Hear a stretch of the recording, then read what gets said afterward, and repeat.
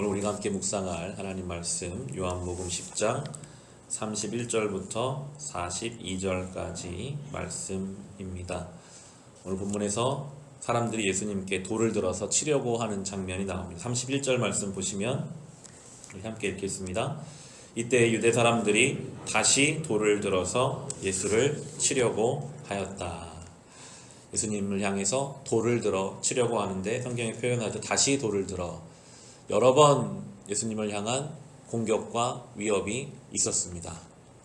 예수님이 자기 개인의 이익을 위해 움직이신 적이 없고 누구 하나에게 해를 가한 적도 없는데 사람들은 돌을 들어서 예수님을 치려고 했고 결국에는 십자가에 못 박아 죽이죠.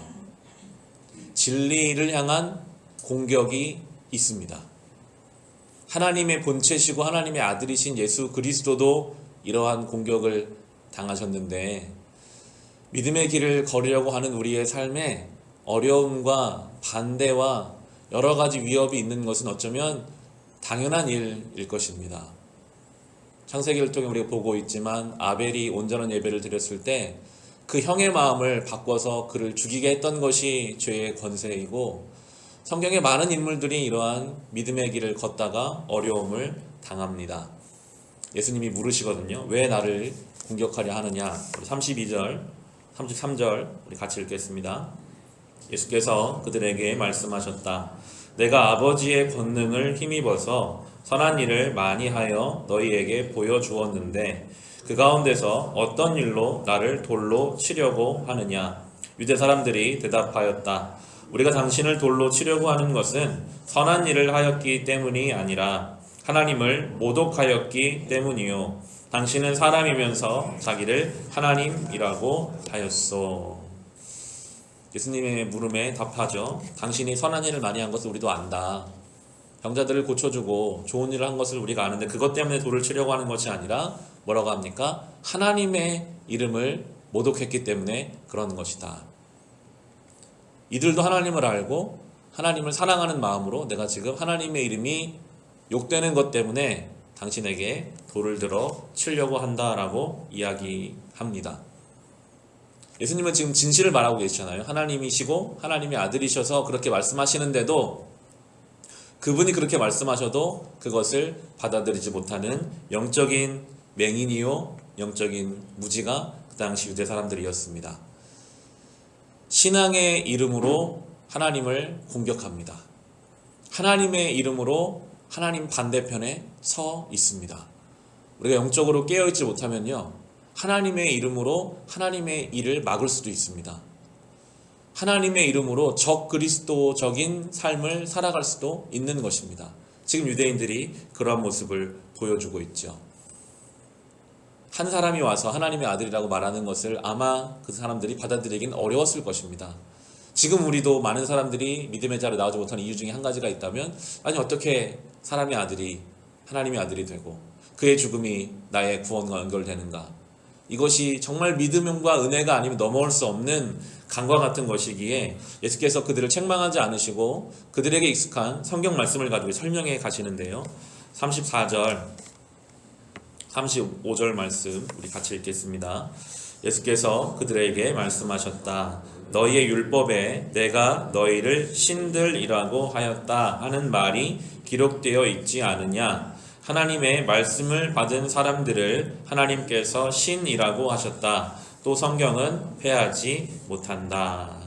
34절에 나오는 이 말씀은 우리 주가 달려있는 것처럼 시편 82편 6절의 말씀을 인용하셔서 하나님이 이미 사람을 향해서 신적인 권세, 신적인 거룩함이 있음을 말씀하셨고 하나님 말씀을 받은 사람들이 하나님 앞에서 이 거룩한 존재에 이미 성경에 있지 않느냐라고 그들에게 익숙한 성경을 가지고도 설명해 주시고 그럼에도 믿어지지 않으면 나를 믿지 못하더라도 내 행동을, 내 행위를 통해 믿어라라고 말씀은 38절인데요. 이렇게 말씀하세요. 그러나 내가 그 일을 하고 있으면 나를 믿지는 아니할지라도 그 일을 믿어라.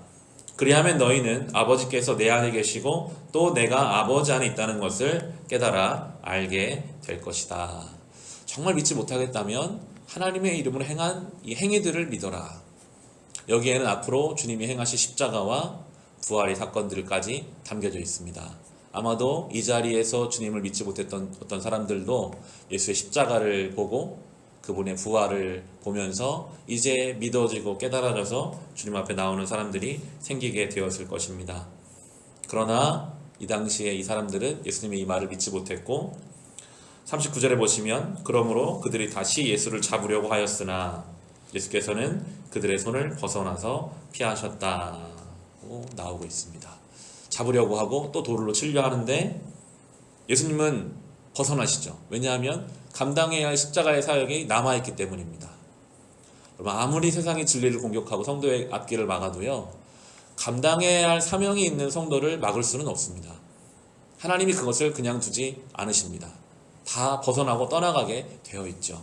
아무리 닭 모가지를 비틀어도 새벽은 옵니다. 새벽은 오게 되어 있습니다. 아무리 세상이 우리를 공격하고 막으려고 해도 오늘도 하나님의 구원 역사는 이루어져 가고 있는 것입니다. 때로 우리가 믿음의 길을 걷다가 공격당하는 것 같고 막히는 것 같고 좌절하는 것 같아도 하나님은 결코 이 구원 역사와 하나님의 섭리를 쉬지 않으시기 때문에 우리는 믿고 믿음의 길을 하루하루 걸어가면 되는 것입니다.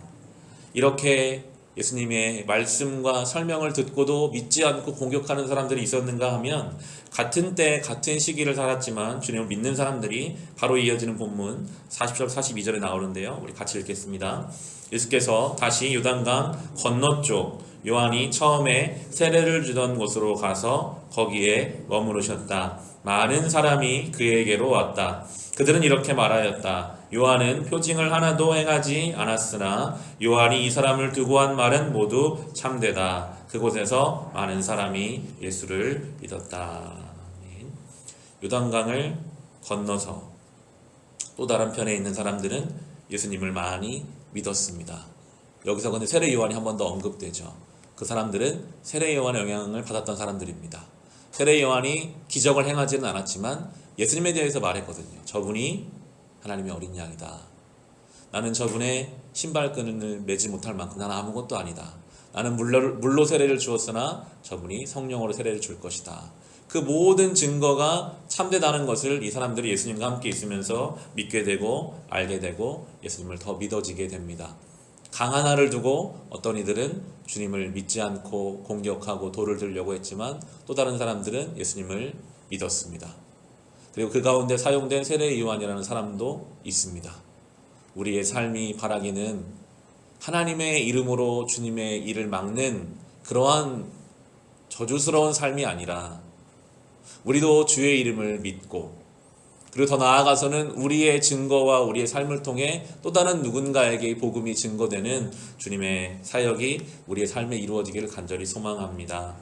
우리가 날마다 이 믿음의 길을 걸어갈 때 공격도 있고 어려움도 있겠으나 그러나 오늘도 주님의 역사가 이루어져 가는 줄 믿고 이 하루를 살아갈 수 있기를 주님의 이름으로 축원합니다.